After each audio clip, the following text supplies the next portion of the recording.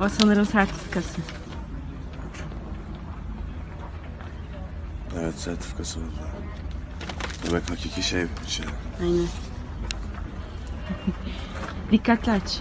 Elini. Vay arkadaş. Dikkat et ama.